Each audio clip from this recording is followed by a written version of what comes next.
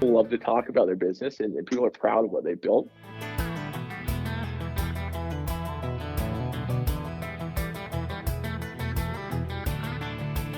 You're listening to the BulkLoads podcast, your number one resource for everything bulk freight trucking.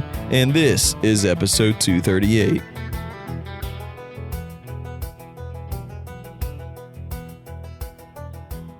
Hey guys, Jared Flynn with the BulkLoads podcast. Got Tyler here with me. What's going on?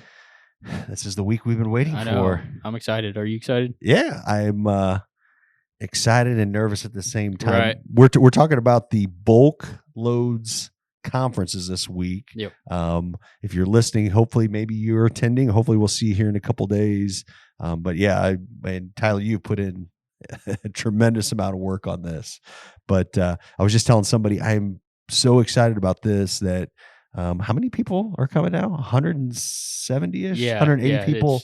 Close to 100. But I mean, it speaks value that are wanting to come right. to this conference. And this is going to be the first ever having shippers, brokers, and carriers in the bulk load space all to come together. And it's either going to be really awesome or it could really go bad. No, I think this is going to be really awesome. No, Yeah. I like anytime you get people together, and especially in the same space, great things are going to come. I mean, we're all wanting to serve the same clients in the Yep. industry. And I think it just shows that these people have a passion like we do to make the industry better, figure out solutions, and be better for it, be better Yeah. companies. Yeah, I'm excited for the panels. Honestly, myself, I think there's going to be tough conversations to have with all three parties being there. But that's the best thing about this industry is that we almost need to have those tough conversations so we can come up with some solutions. Yeah. Yeah. So, man, hopefully we will see you. We're hoping to make this an annual event. Yep. So depending on how this goes, and we'll let you know probably next week when we push out next week's podcast just on how it went. But no, I'm sure it'll be great. So today we have a special guest. I think I say this too much, so I don't want to dilute it, but Niko Anderson is coming on the podcast. They have a private equity firm, him and another partner that they started. I spoke with Niko last year when they were getting this thing launched, and I told him, I go, man, if you're looking for companies to buy, you need to come on this podcast. Yeah. And I think, we have thousands of business owners that listen to this podcast weekly. And I think, everybody's got a price tag, right? Exactly. I mean, we know, if you don't, you probably should. There may be value at looking at it. And I wouldn't say even just, we need to have succession plans. So I think if you're a business owner out there, you'd be silly not to be thinking about that. Yep. That, hey, what is my company worth if someone were to purchase it? Or how could they increase value? Sometimes it's not just a straight purchase. Sometimes it's a company buying in and basically building the company up and making it more valuable than it was before. There's just different ways to slice and dice it. But I told Niko, I go, man, this is an interesting process. Why don't you come on the show and explain kind of how you do this, but even more specifically what you're looking for? Because his company, they are looking specifically in the supply chain logistics Yep. sector. And I think that's where this is really valuable. But if anything, if you get any takeaways about it, like listen to kind of the process of kind of what they're looking for, what companies they look for that they see extremely valuable out there. And I think that's where you're really going to get a lot of this podcast. Yeah. I think Niko did a great job. He gives an example in the podcast that especially in trucking careers, you might not have somebody to pass down your business to if your kids don't want to get into it or follow in your footsteps or anything like that. But you don't want to see your business kind of fade out, but you're ready to retire. This is a good option to consider. Yep. At least it goes through the steps. So cool. Well, with that said, here is my conversation with Niko Anderson. Niko, thanks for coming on. Jared, I appreciate it. Excited to have a chance to connect here. It's a bit funny how things come full circle. Originally started my career using BulkLoads back in my trading days. So cool to be able to meet the founder and circle back to I guess square zero, at least in my career. Yeah. Well, the pleasure's all mine, first off. But let's talk about that a little bit, because I think that's going to really paint the picture of what you all are doing today. And again, I don't want to give this away to the listeners, but man, I am excited about this show. But yeah, talk about kind of using BulkLoads and where you were to where you are now. Yeah, absolutely. I think it might just be most helpful. I'll start at the very beginning to paint the picture, like you said. So I'm originally from Georgia, relatively small town, about 2 hours south of Atlanta, called Macon. Allman Brothers are from Macon. That's probably the most exciting calling card that we that we have. Went to school at Georgia Tech. Played football for the Yellow Jackets. To be honest, I practiced a little bit more than I played. In all transparency. Then I started my career really a bit of a fluke. I had a professor who traded on the floor of the CBOT back in the 70s and 80s that taught a markets class. And really just one thing led to another and pointed me in the direction of going to go work for a commodity derivatives brokerage house in Chicago called SCB Derivatives. And that was really my first experience with really the world of commodities that ultimately led me down the path of trading bulk commodities. Worked there for about 3 years, where we were doing a lot of agricultural derivatives and out of the ordinary stuff, really. Not the typical corn, beans, wheat on the board, but things like Black Sea wheat, FOB, Santos, bean derivative swaps in Brazil. So a little bit of everything. Got the itch that I wanted to actually move over to the trading side. Joined at the time Lansing, now the Andersons, and their training program. And that's really that was really where I built my base exposure to the trucking side, where we're of course heavily using BulkLoads. Really started out working on DDGs, moved over into pet food and organic and food specialty products before finishing up working on basically veg oils and biodiesel feedstocks. So about that time, it really made a bit of a shift. Was approached to go work at a group called ZX Ventures, and so ZX Ventures is a corporate venture capital fund for Anheuser-Busch, the beer company, and they were looking to start a business unit that was effectively within the raw materials supply chain. So basically, it was an opportunity to build a internal commodity trading desk. Only, as you can imagine, someone like Anheuser-Busch buys and sells tons of commodities. Everything from barley for beer to hops to everything pretty much in between.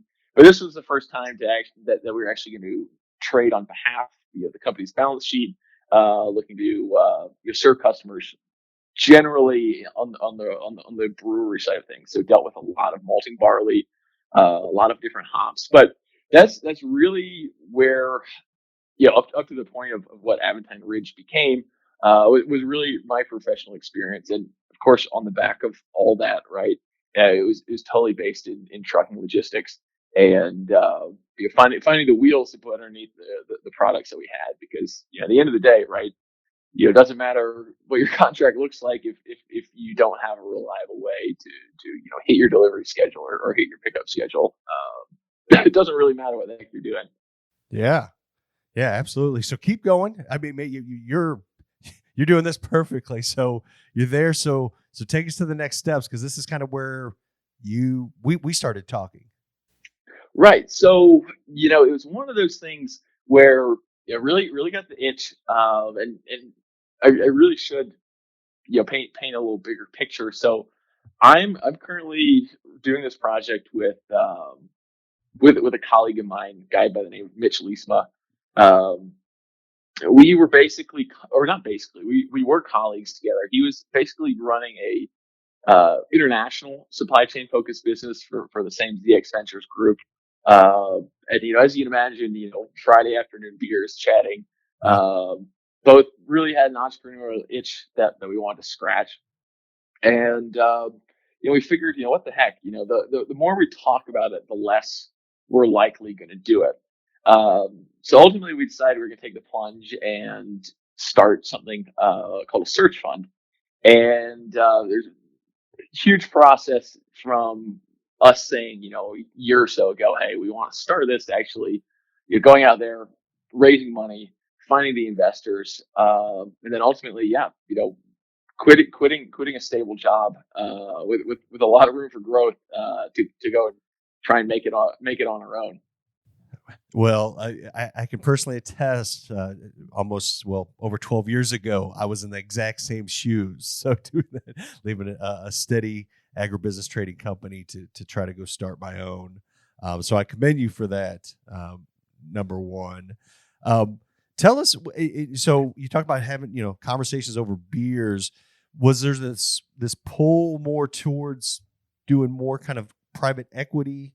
That's what gravitated you to kind of continue that path. Yeah. So basically the way a search fund is, it is effectively the same methodology or the same perspective on the market that a much larger private equity fund would take, right? We're trying to find a business, we're trying to acquire it, we're trying to continue how it's operating and improve it, continue to grow it for eventually. The ultimate goal is an exit to actually realize your gains on paper. Yep. And so obviously there's a lot of pitfalls that come with that, right? Especially from a owner's perspective, is, well, I've built this company over 20 years. I'm going to have to leave. My staff is going to stay. Are they going to be treated fairly? Yep. Am I going to have, really high bar that you have to hit, for an earnout from the continued performance of the business? Are they going to totally, asset strip this business and sell everything that it worked so hard to put together? Again, because at the end of the day, the pressure that the private equity fund has is to recognize its investment. And so what I think is particularly compelling and what we like so much about the search fund model is that it really is focused on the two of us, the two entrepreneurs that have gone out and received funding from group. We currently have about 10 investors. Others that have done search funds, vary between 8 to 15, depending on how you ultimately structure it. And basically, it is very much focused on trying to find a owner who is really interested not just in maximizing the value for their business, because of course that's number one, right? Yeah. You want to be able to pay a fair value and receive a fair value for your business, but you also want to find an owner who's interested in the fact that, hey, these are two young guys. Mitch served in the Marines for 8 years before he went to grad school, has extensive experience operating a business. I have a pretty unique background. At least in the great scheme of things, there's not that many people. The commodity world's not that big, right? Right. And basically saying, like, look, I want to partner with these two guys, towards the beginning of their career that can still pay me a fair value for the business, but we have the opportunity to work together for a number of years before they ultimately transition out. And it's not the typical private equity model, even though technically, yes, we're a very small niche in the big constellation that is the private equity investing space. I have so many questions after you said that. I guess the first one, let's talk about kind of what you all are going after. You talked about finding those owners that are wanting to almost partner or find two entrepreneurs and kind of grow together, not just maximize profits. But you all as entrepreneurs, what type of businesses are you looking to find out there? Because again, I think you guys have narrowed it down, and I want to get to this. And the second question I'll ask too that kind of follows this: what is the day in the life of Niko Anderson? What are you doing daily? Because it seems like, man, there's thousands of businesses out there. How are you streamlining to find those specific businesses that match what you're doing to where you can grow and scale that thing up? Yeah, no, so absolutely. There are a number of what I would call underlying foundational aspects that would make a business either attractive or not attractive. So if we strip out what industry it's in, there's a number of like industry agnostic pieces that we really look for. So the first is age. We're looking for a mature business. We're not looking for a, relatively new startup, typically the sweet spot of ages is maybe, 10 to 15 years all the way up to, we know people that acquired a business that was over 100 years old. I think it was a cold storage, basically, long-term family-owned business. Nobody was interested in taking it on. So typically a very mature business. Second piece is understanding what's called the criticality of the service, right? And I think it's pretty, when you look at the supply chain world, where I have my background, logistics and supply chain are fundamentally mission critical, right? You can't, whether if you're a retailer or a farmer, you're never going to operate unless you can actually move, either your inventory or your production. So that's always a key piece. Say, okay, if you look at this industry, is this absolutely crucial to the operations? Yes, if you can check that box, okay, we're feeling good. But then probably the most important piece is really how the business recognizes revenue and how their relationship with the customer is structured. So the biggest tell that will say, hey, this is a fit, or hey, it's not a fit, is how much of the business is very much project based. Good example of that, right, would be like a roofing contractor. Yeah. They do one roof, and 15 years from now, you might have to do the same roof again. There's very large, lumpy gaps in how the revenue can structure, especially with a smaller business, right? You want to avoid feast or famine type opportunities. So we always look for more recurring revenue. And so the easiest example is looking at a subscription-based software business. So a TMS system, transportation management system, company pays, a few $1,000s a month. It is a centralized source for, all their shipments, all their customs documents, for instance, if they're crossing borders, and they pay a set amount. Contract renews every year. It's very a predictable, stable business where, a business isn't going to operate without it. And so that is the piece that is our across all industries that we're really looking for. And, there's a lot of businesses that are attractive and that we would like to buy if we didn't have investors' money that we were responsible for placing in the best possible opportunity. So, a lot of times you have a great conversation with someone, but you say, gosh, there's just too much seasonality. It's just too cyclical. We can't, especially as people that are new to the industry that we're likely going to be joining once we make an investment. You really need that margin of safety, that book of business that will continue through the remainder of the calendar year as you get your feet under you and you get up to speed within a new business, and you learn the ins and outs of the people, the system, your customers, and your peers and competitors.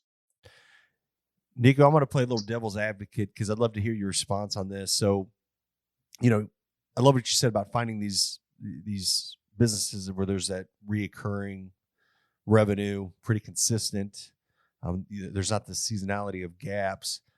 If I'm an owner of a business like that, or I have this, something that's maybe more automated, like, and you come to me, what would be the advantage that I would have to use a private equity fund? If I'm sitting here, it's like, well, man, I have a pretty good business as it is. There's not a lot of help I need outside.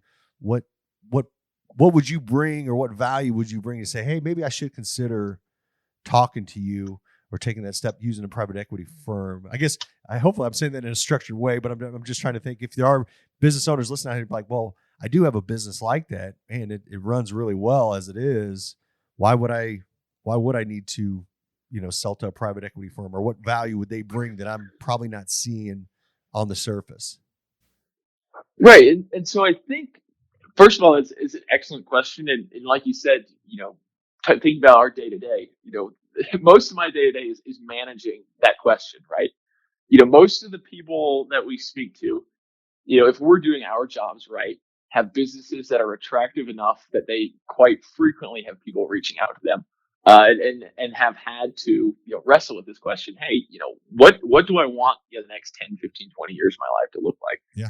So I think the biggest key is it's less so that we're looking to come in and unlock value and change the operations of the business, because we're looking to buy a business that is great on day one. We're looking to buy the house with the great foundation. We're not looking to come in and try and fix the sills, so to speak. Looking at the house. So I think the biggest misconception is, one, we're not trying to come in and change anything. We're looking for a business that already is growing and it has those successful attributes, and we're merely looking to come in and say, hey, this is an opportunity to take some money off the table and for you to really think about your transition planning, because it's a very very common refrain that we hear is, hey, I've built this business for 25 years. None of my kids are interested in it. I don't know if it's the right fit to maybe, sell it to some key employees. I'd love to keep it in the family, but I don't want to sell to any competitors. So there's a lot of people that have very successful businesses that feel a bit stuck. And this is the way that says, look, we're not a competitor that you've been, trying to keep their butts for the last 20 years that you now have to, come to cap in hand. We're not a huge financial organization that's going to come out and destroy the culture that you've built.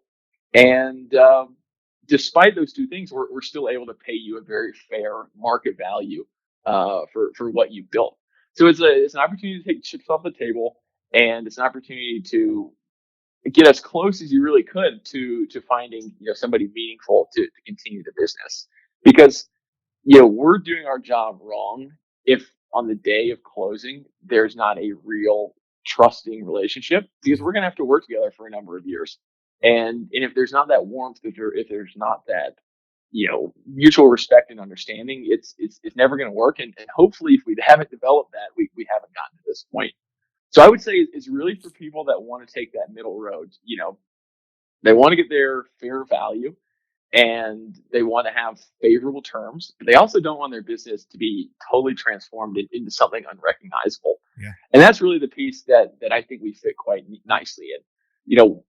We have the ability to continue to raise additional equity financing post transaction. So, there's an element of saying, hey, we can put a lot of dry kindling into this fire, so to speak, to finance growth with our group of investors.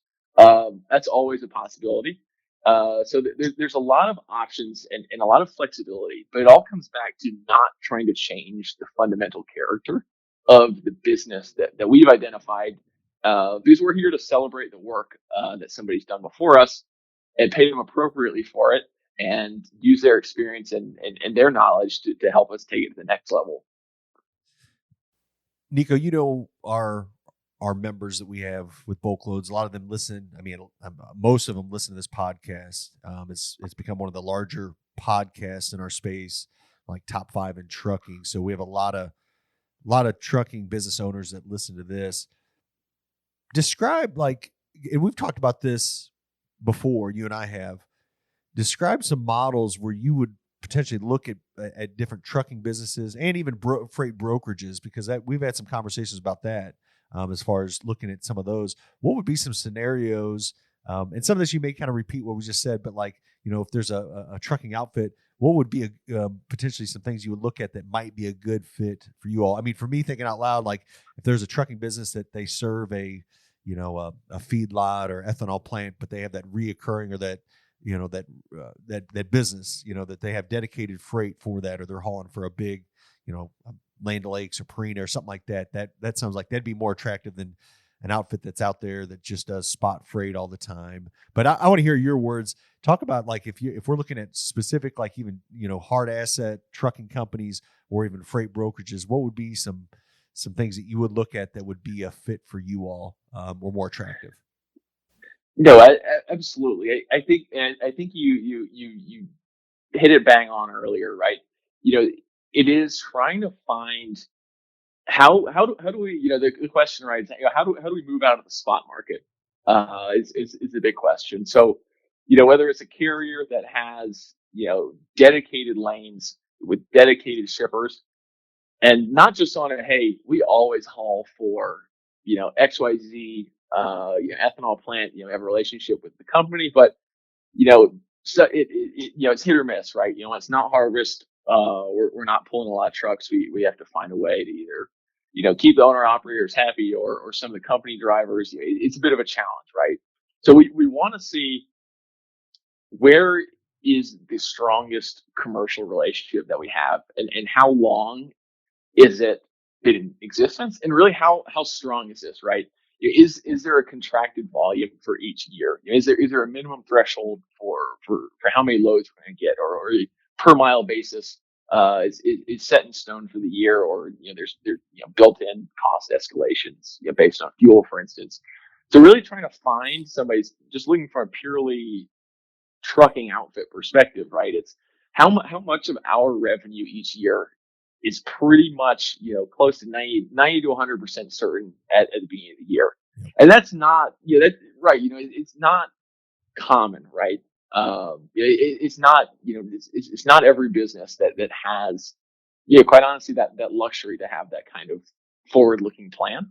But the thing is, that's really what we're targeting. And I think the best way for us to look at it is, how do we find opportunities that serve these markets? Whether it's serving the trucking market, it's things like electronic logbook providers, ELD providers, OSHA compliance, training tools. The whole constellation that we're particularly attracted to is what serves the trucking outfits, and what serves the truck brokers, freight brokers, and what serves customs brokers, for instance.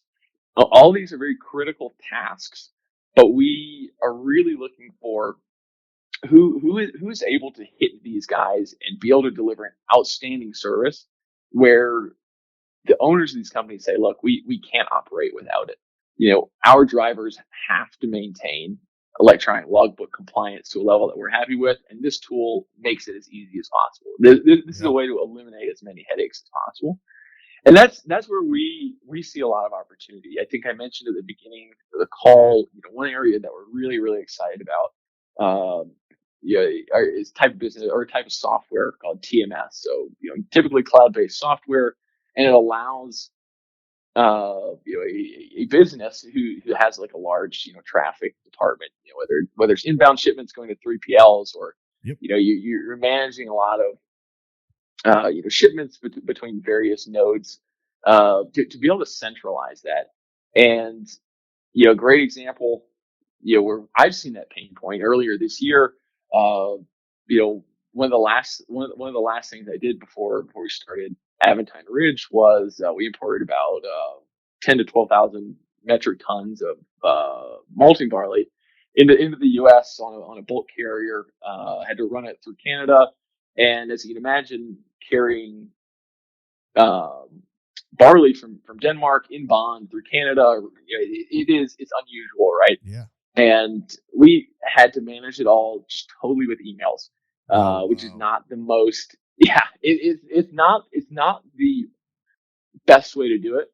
But again, right, it worked. But there are so many ways, I think, to really automate a lot of these processes that are so paperwork heavy, which I think is common everywhere from the carrier side to the commercial side to people, chartering freight or booking trucks, all the way through. I mean, I know my first days of managing the trucks when I was doing DDGs, hand emailing invoices out to the different drivers that done loads. So right.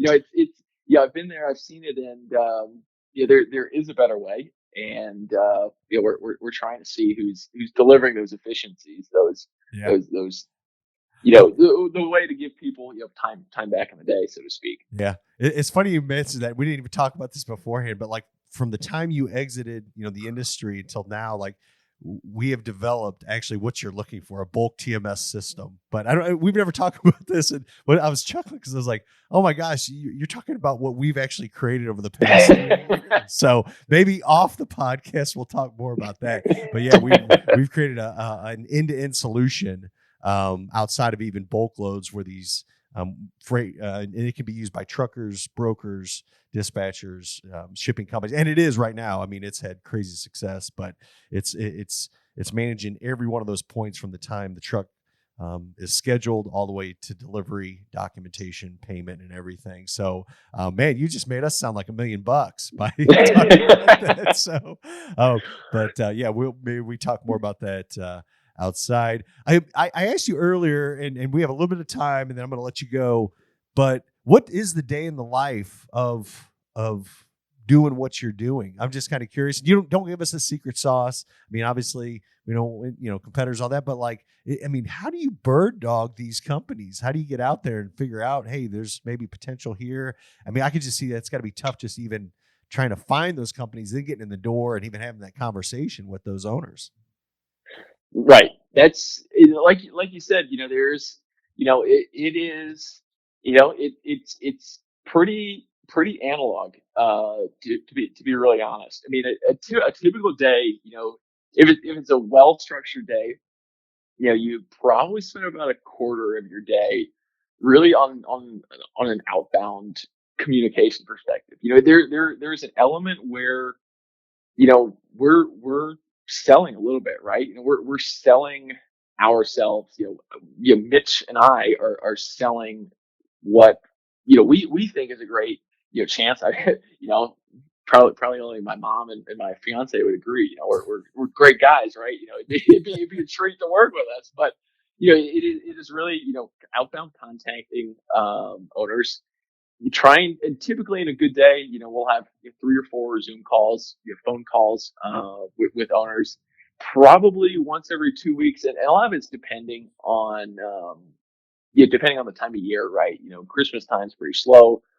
You're trying to get out in person and meet as many people as we can. Whether that's getting a bite to eat, it's getting lunch, it's flying out to see somebody, it's grabbing a beer if they're local, for instance, and that's their thing.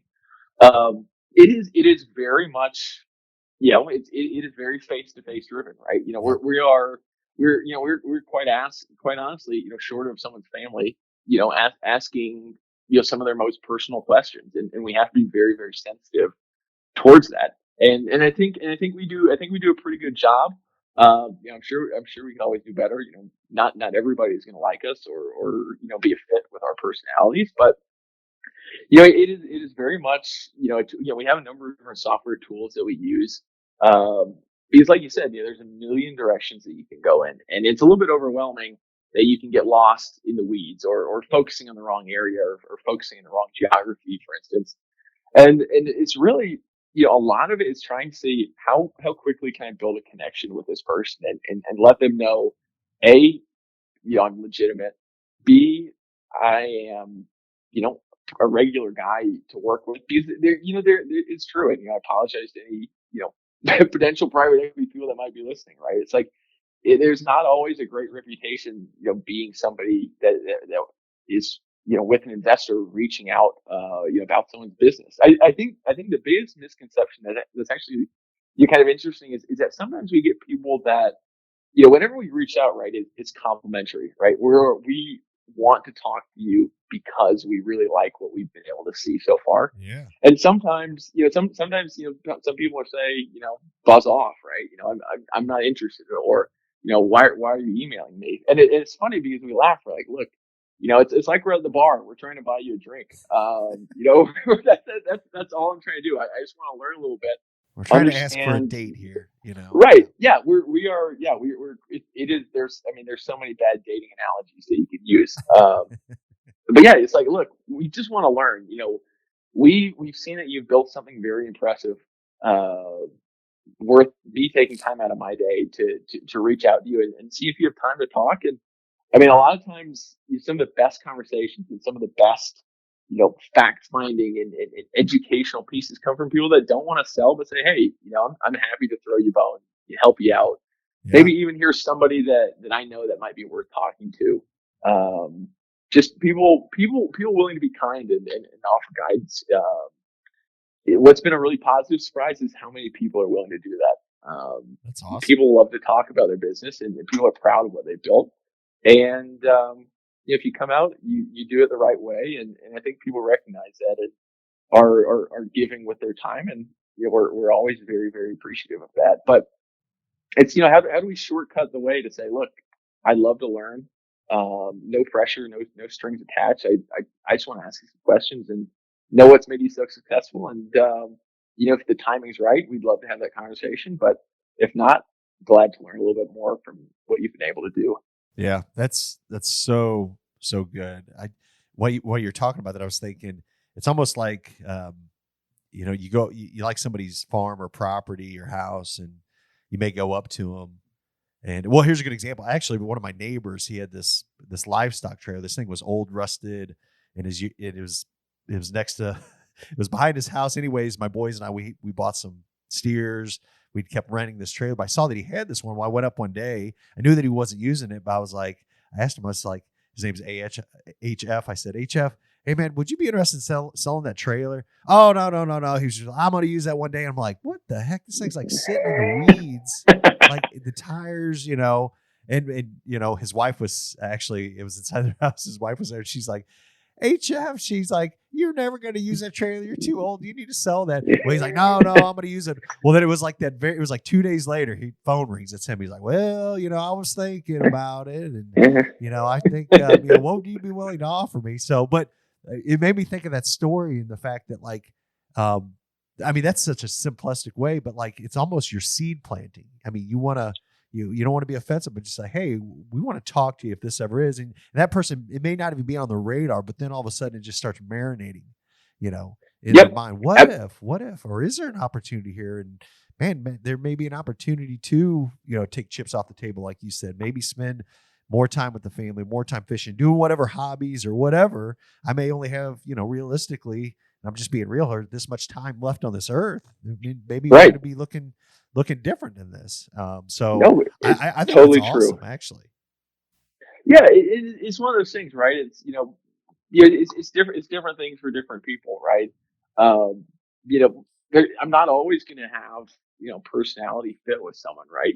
I'm from I'm from Central Georgia. I'm not always going to be able to relate to somebody that grew up maybe even in a similar way in the Pacific Northwest or Western New York, on a dairy farm, right? It's like there are just certain things where, hey, maybe it doesn't work. Maybe I'm not the guy. There is somebody out there, for that person, right?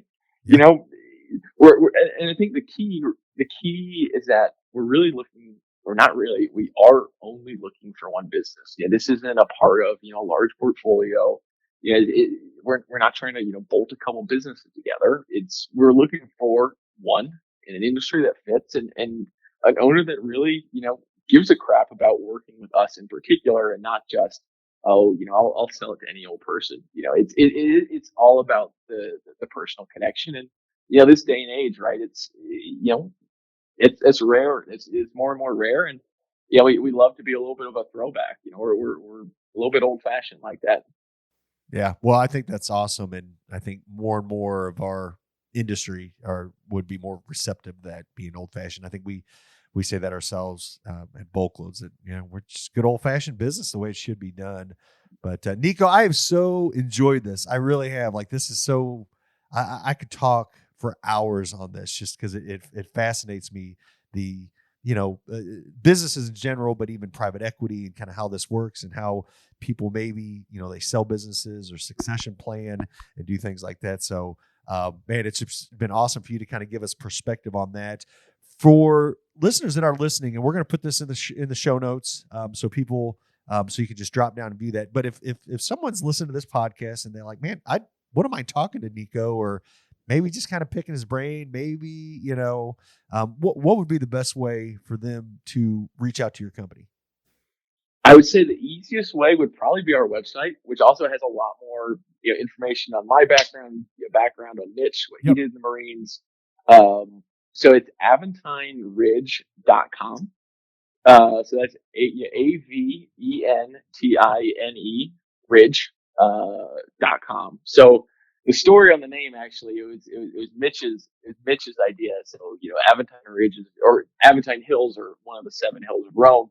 And by all accounts, it was the roughest, worst neighborhood. Because, from the backgrounds of people that do a lot of this, Mitch went to Iowa State. I went to Georgia Tech. Mitch went to grad school. I never did. you know, we are not the typical, you know, Harvard MBA that goes down this path, right? You know, we are a little bit different, you know, a little bit more rough around the edges, I guess. Not for any other reason than we just haven't had the you know the corporate polish as much as other people. So that's like our little inside joke is that if we were from Rome, we would have definitely come from the real crappy end of it. So we wanted to reflect that in our name. But I would say our website's probably the best bet. It has both our emails on there. It's a contact us page as well. Yep. And yeah, a lot of information. Some nice pictures of our smiling face of you know, Mitch during his time in the service. Yeah, so, I saw that picture. That's actually awesome. Yeah, it is. Yeah, he's not short on some crazy stories. So, would love to talk to anybody where it's a fit. And yeah, our door is always open. And yeah, Jared, I really appreciate this. This has been great, and you know, it's nice. You know, we had a conversation a couple months ago. You know, nice to be able to close the loop, and yeah, you know, you give a chance to you know, shed some light on something that, you know, like that, you know, like farmers say, you know, you only get paid 50 times in their career. You know, you're only going to sell a business typically once, right? That's right. So you know, much like grain marketing, there's a lot of, you know, misunderstanding and you know, sometimes strong feelings. So there's a lot in common, right? For typically one, you know, single time transactions. So yeah, no, and that's a perfect note to end on there. So again, we'll put the website. So if you're listening right now on our app or anywhere where our podcast is played, drop down to the episode notes. You should be able to click and it'll take you right to Niko and Mitch's page, so you can get a hold of those guys there. So, man, Niko, hey, buddy, thank you so much. We'll probably have you on again in the future. I think, man, I see some really cool things coming your way with what you guys are doing. So I'm going to be following you. I'm sure others will as well. So thank you again for coming on. Absolutely, it was great, and yeah, happy to talk your ear off on this. I mean, I think we could probably fill a couple hours on this, but otherwise, I appreciate it. Absolutely, I was gonna say we can meet halfway in the middle. We can go to the lake. We can go to what's that? Sunset Beach. Oh yeah. I don't know. I'm only a Missouri guy as a transplant. So I don't know all the spots yet, but cool. That's halfway between the two of us, right? All right, perfect. Thanks, Niko. Thanks. Take care.